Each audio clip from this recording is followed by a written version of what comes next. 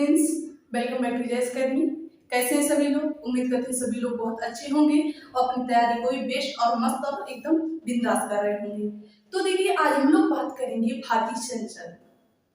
आज हम लोग जानेंगे कि ये संसद प्रणाली कहाँ से ली गई, ये किस आर्टिकल के अंतर्गत है, इसमें कितने सदन होते हैं, उच्च सदन क्या होता है, निम्न सदन क्या होता है, किसके क्या कार्य होते हैं, ठीक है, किसमें कितने सदस्य होते हैं और किसमें कितने सदस्य मनोनीत किए जाते हैं। तो इन पॉइंटों को हम लोग इस क्लास में डिस्कस करने वाले हैं। जितने लोग भी इस क्लास में नए जुड़े हैं, हमारे चैनल को सब्सक्राइब करें ताकि जो नई वीडियो बने आपके पास सबसे पहले पहुंचे। ठीक है, तो चलिए आइए तैयार हो जाइएगा।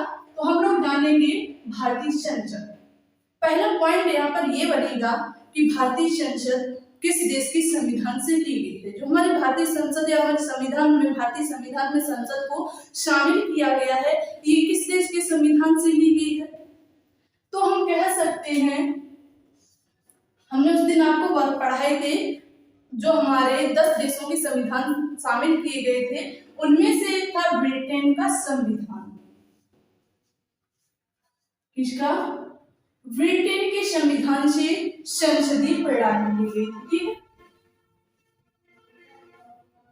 इसके ब्रिटेन के संविधान से संसदीय प्रणाली ली गई, या कह सकते हैं संसदीय व्यवस्था ली गई और हमारे संविधान में शामिल कर दी गई। अब बात आती है ये किस आर्टिकल के अंतर्गत, इसका उल्लेख किस आर्टिकल में मिलता है। तो इसका उल्लेख भारतीय संविधान के 79 अनुच्छेद 79 के अंतर्गत मिलता है। ठीक है, अब देखिए, जो हमारी भारतीय संसद है ये द्विसदनीय व्यवस्था है। कैसी व्यवस्था है? द्विसदनीय। इसमें 2 सदन है, द्विसदनीय व्यवस्था है, द्विसदनीय व्यवस्था। ठीक है, इनमें 2 सदन है, वो कौन कौन से, उनको भी देख लीजिएगा। संसद, तो संसद के कितने सदन हैं? संसद के 2 सदन हैं। कौन कौन से हैं?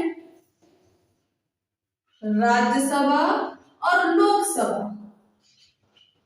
और अगर पूछा जाए, यहीं पर प्रश्न बदल के पूछ दिया जाए कि संसद के कितने अंग हैं, तो अंग में एक और शामिल हो जाता है, वो होता है हमारा राष्ट्रपति।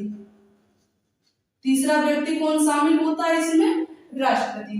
तो हम लोग बात कर रहे थे द्विसदनीय व्यवस्था, यानी कि हमारे संसद में कितने सदन है? 2 सदन है। पहला है राज्यसभा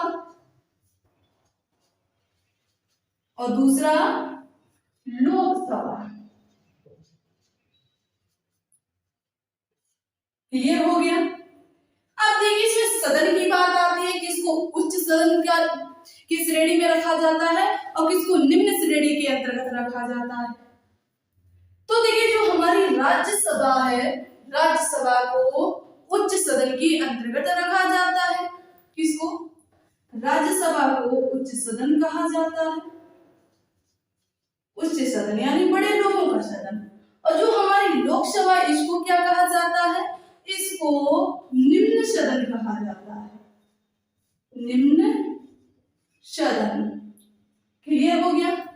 इसमें हम सबसे पहले बात करेंगे जो हमारी संसद है किस आर्टिकल के अंतर्गत आती है? 79 आर्टिकल के अंतर्गत आती है, अनुच्छेद 79 के अंतर्गत आती है। और जो राज्यसभा है ये 80 आर्टिकल 80 अनुच्छेद 80 के अंतर्गत आते हैं। और जो लोकसभा है ये आर्टिकल 81 के अंतर्गत आते हैं, अनुच्छेद 81 के अंतर्गत आते हैं। और जो राष्ट्रपति है इसका उल्लेख आर्टिकल 52 में मिलता है। किसमें? 52 अनुच्छेद 52 में मिलता है। क्लियर हो गया? तो यहाँ पर संसद के कितने सदन होते हैं? 2 सदन होते हैं। कौन कौन से आप लोगों ने जान लिया? राज्यसभा और दूसरा है लोकसभा। लोकसभा ये हो गए इसके सदन। अभी हमने आपको बताया संसद के कितने अंग होते हैं, तो संसद के 3 अंग होते हैं। 3 अंग होते हैं। अंग कौन कौन होते हैं? जिसमें राज्यसभा,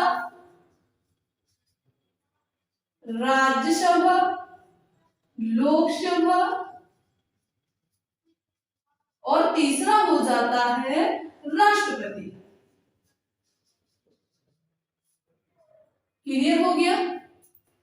चलिए अब देखिए, इसमें जो हमारी राज्यसभा है इसको और किस नाम से जानते हैं? तो राज्यसभा को स्थायी सदन कहा जाता है। इसे स्थायी सदन क्यों कहा जाता है? राज्यसभा कैसा सदन है? तो राज्यसभा स्थायी सदन है। और जो हमारी लोकसभा ये कैसा सदन है? ये अस्थायी सदन है। ठीक है, अस्थायी सदन है। इतना क्लियर हुआ? अब देखिए, इसे स्थायी सदन क्यों कहा गया और इसको अस्थायी सदन क्यों कहा गया? तो ध्यान देना है आप लोगों को, जो हमारी राज्यसभा है इसको भंग नहीं किया जा सकता है और लोकसभा को भंग किया जा सकता है। ये राज्यसभा, लोकसभा जो है ये भंग होती रहती है। ठीक है, इसलिए इसको अस्थायी सदन कहा गया है और राज्यसभा को स्थायी सदन कहा गया। इसको बदला नहीं जाता। ठीक है, क्लियर हो गया इतना? चलिए, और इसको कहा जाता है बड़ों का सदन। इन्हें बड़ों का सदन क्यों कहा जाता है वो भी हम जानेंगे। और इसको कहा जाता है जनता का सदन। इसका कहा जाता है जनता का सदन। तो राज्यसभा को बड़ों का सदन और लोकसभा को जनता का सदन क्यों कहा जाता है ये भी जानना जरूरी है। तो देखिए, जो बड़ों का सदन इसलिए कहा जाता है, जो राज्यसभा होती है इसमें चुनाव किस प्रकार होता है? अप्रत्यक्ष रूप से होता है। चुनाव होता है अप्रत्यक्ष रूप से और लोकसभा में चुनाव होता है प्रत्यक्ष रूप से। प्रत्यक्ष रूप से, तो प्रत्यक्ष रूप से जब चुनाव होता है तो प्रत्यक्ष रूप में सीधे जनता वोट करती है, इसलिए इसको जनता का सदन कहा गया है। और इसको बड़ों का सदन इसलिए कहा गया है, इसमें जो विधानसभा के सदस्य होते हैं, जो विधानसभा के निर्वाचित सदस्य होते हैं, वहां इनका चुनाव होता है। ठीक है, इसलिए इसको अप्रत्यक्ष रूप से कहा जाता है, क्योंकि इसमें सीधे जनता मत नहीं करती है। जो लोकसभा में सदस्य चुने जाते हैं जनता द्वारा, उन्हीं सदस्यों में चुनाव होता है, फिर वो चुनाव राज्यसभा का होता है। ठीक है, इसलिए इसको अप्रत्यक्ष रूप से इसमें चुनाव होता है। इतना क्लियर हो गया? चलिए अब बात करते हैं इसमें जो सदस्यों का कार्यकाल होता है कितना होता है। अगर यहीं पर एक प्रश्न पूछ दिया जाए कि राज्यसभा में, क्या कह सकते हैं, राज्यसभा का कार्यकाल कितना होता है, तो आप लोग इसमें क्या करेंगे? 5 वर्ष, 6 वर्ष, 3 वर्ष या 4 वर्ष? तो देखिए, इसमें कोई वर्ष नहीं करना है। अगर देखिए डायरेक्ट पूछा जाए कि राज्यसभा का चुनाव किस प्रकार, राज्यसभा के चुनाव का कार्यकाल कितना होता है, राज्यसभा का कार्यकाल कितना होता है, तो हम कहेंगे कोई इसका समय निर्धारित नहीं होता है। निर्धारित नहीं होता है। ठीक है, इसलिए इसको स्थायी सदन कहा गया है। ठीक है, अगर यहीं पर प्रश्न पूछ दिया जाए कि राज्यसभा के सदस्यों का कार्यकाल कितना होता है, तो हम लोग कहेंगे सदस्यों की कार्यकाल की। तो राज्यसभा के सदस्यों का कार्यकाल होता है,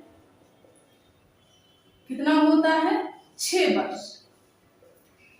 ठीक है, और लोकसभा के सदस्यों का कार्यकाल कितना होता है?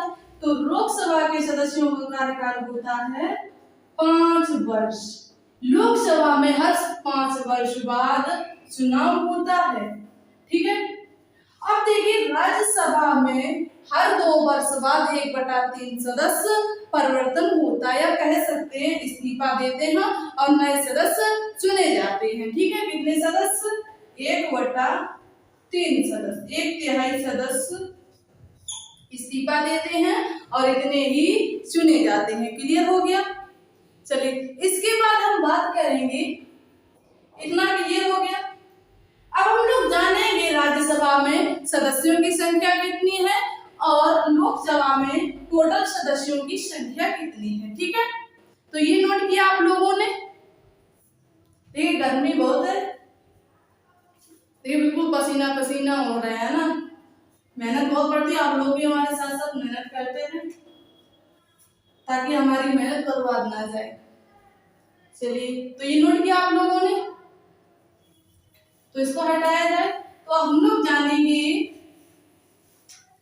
लोकसभा और राज्यसभा के सदस्यों की संख्या, किसमें कितनी सदस्य संख्या है। ठीक है, तो सबसे पहले हम बात करेंगे राज्यसभा में टोटल सदस्यों की संख्या, या कहेंगे अधिकतम सदस्य कितने हैं इसमें राज्यसभा में। तो राज्यसभा में अधिकतम सदस्य कितने हैं, आप लोगों को पता हो तो कमेंट कीजिए। तो लोकसभा में अधिकतम सदस्य होते हैं 250। कितने सदस्य होते हैं सॉरी राज्यसभा में? तो राज्यसभा में सदस्य होते हैं 250। क्लियर हो गया? और इसमें से हम कहेंगे ये हो गए अधिकतम। इसमें से वर्तमान में कितने सदस्य हैं? वर्तमान में राज्यसभा में सदस्यों की संख्या कितनी है? अगर वर्तमान की बात की जाए तो वर्तमान में हो जाएंगे 445। सीधी सी बात है। वर्तमान में तो वर्तमान में कितने सदस्य होंगे? 245। ठीक है, अब देखिए जो हमारे इसमें 250 सदस्य हैं, कितने सदस्य इसमें राष्ट्रपति द्वारा मनोनीत किए जाते हैं, कितने सदस्य राज्य द्वारा चुने जाते हैं और कितने सदस्य केंद्र शासित प्रदेशों द्वारा चुने जाते हैं, इनको हम लोग इसमें डिस्कस करेंगे। ठीक है, तो ध्यान देना है आप लोगों को। तो इसमें जो हमारे 250 सदस्य हैं, ये टोटल सदस्य अधिकतम सदस्य हैं, तो इसमें से 12 सदस्य कितने? 12 सदस्य किसके द्वारा मनोनीत किए जाते हैं? राष्ट्रपति द्वारा। अगर पूछ दिया जाए, प्रश्न पूछा जाता है, ज्यादा से ज्यादा पूछा जाता है क्या कि राज्यसभा में किसके द्वारा सदस्य मनोनीत किए जाते हैं, तो किसके द्वारा किए जाते हैं? राष्ट्रपति द्वारा। अगर पूछ दिया जाए कितने किए जाते हैं, तो कितने किए जाते हैं? 12। ठीक है, अब निर्वाचित सदस्य कितने हैं इसमें? 250 में 12 निकाल दीजिए, कितने बचेंगे? 238 निर्वाचित सदस्य। तो निर्वाचित सदस्य कितने होंगे? 238 सदस्य निर्वाचित होते हैं। और ये कहां कहां से निर्वाचित किए जाते हैं, कहां कहां से चुने जाते हैं? कितने केंद्र शासित प्रदेश से चुने जाते हैं और कितने हमारे राज्यों से चुने जाते हैं। ठीक है, तो आप लोगों को ध्यान देना इसमें, जो अगर पूछ दिया जाए कि राज्य से राज्यसभा में कितने सदस्य निर्वाचित किए जाते हैं, तो 229 सदस्य। कितने? 229 सदस्य राज्य से चुने जाते हैं। ठीक है, कितने चुने जाते हैं? 229 सदस्य राज्य से और 9 सदस्य केंद्र शासित प्रदेश से। केंद्र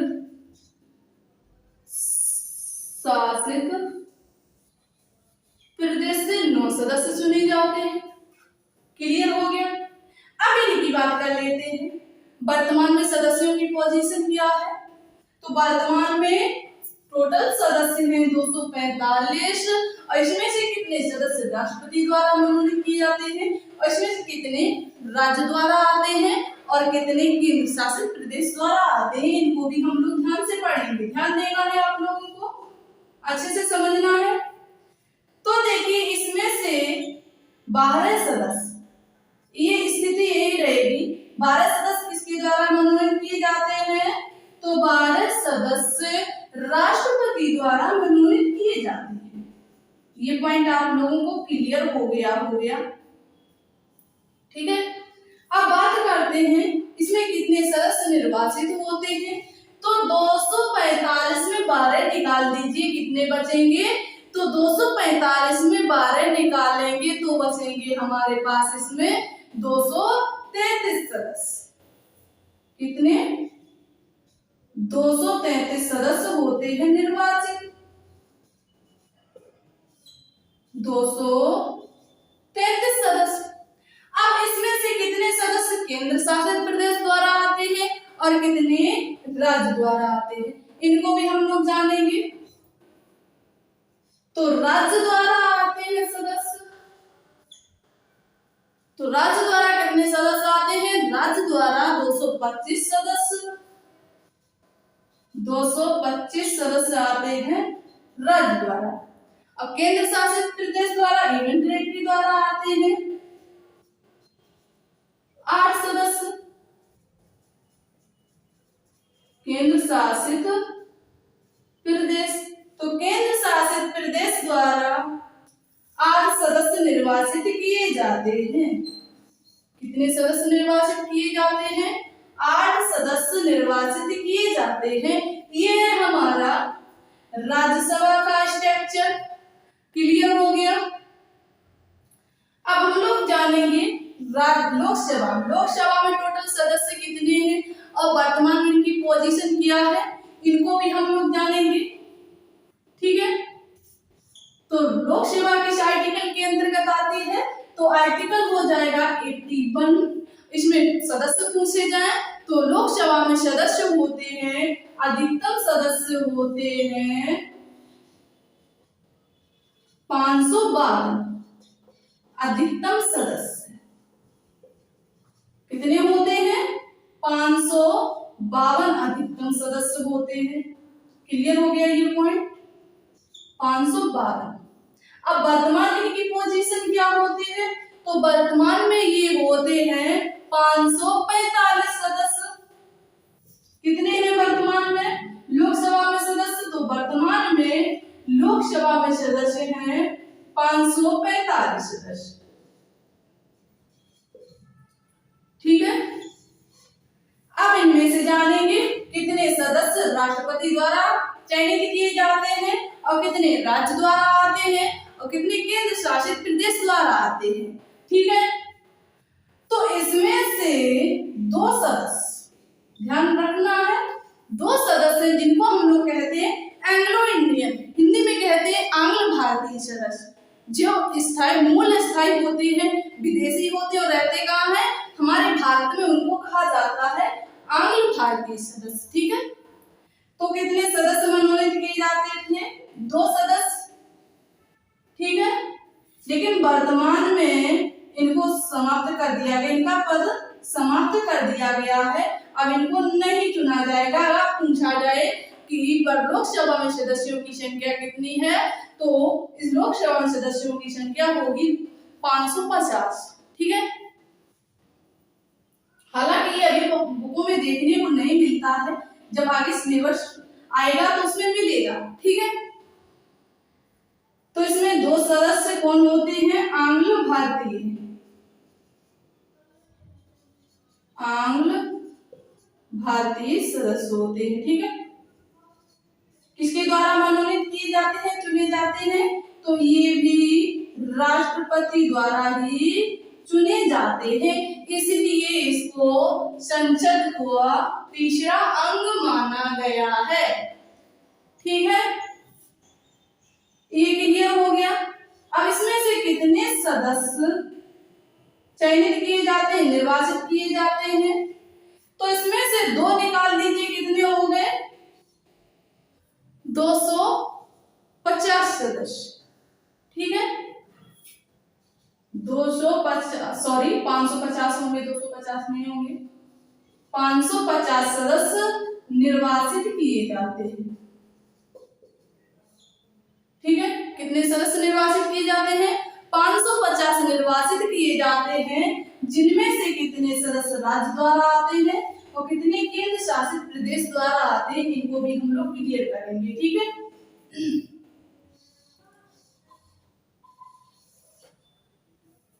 ये इधर है राज्यसभा का, यहां से है, ठीक है। इधर रहेगा हमारा लोकसभा का, अब क्लियर हो जाएगा, ठीक। चलिए हम लोग बात कर रहे थे 550 सदस्य में कितने राज्य के हैं और कितने केंद्र शासित प्रदेश के हैं। तो ध्यान देना है इसमें आप लोगों को, राज्य के हैं 530 सदस्य, 530 सदस्य राज्य द्वारा निर्वाचित किए जाते हैं, किसमें? लोकसभा में। और इसमें कितने यूनियन टेरिटरी आते हैं? हम यूनियन टेरिटरी की बात करें, यूटी की, तो 20 सदस्य निर्वाचित किए जाते हैं केंद्र शासित प्रदेश से। इतना क्लियर हो गया।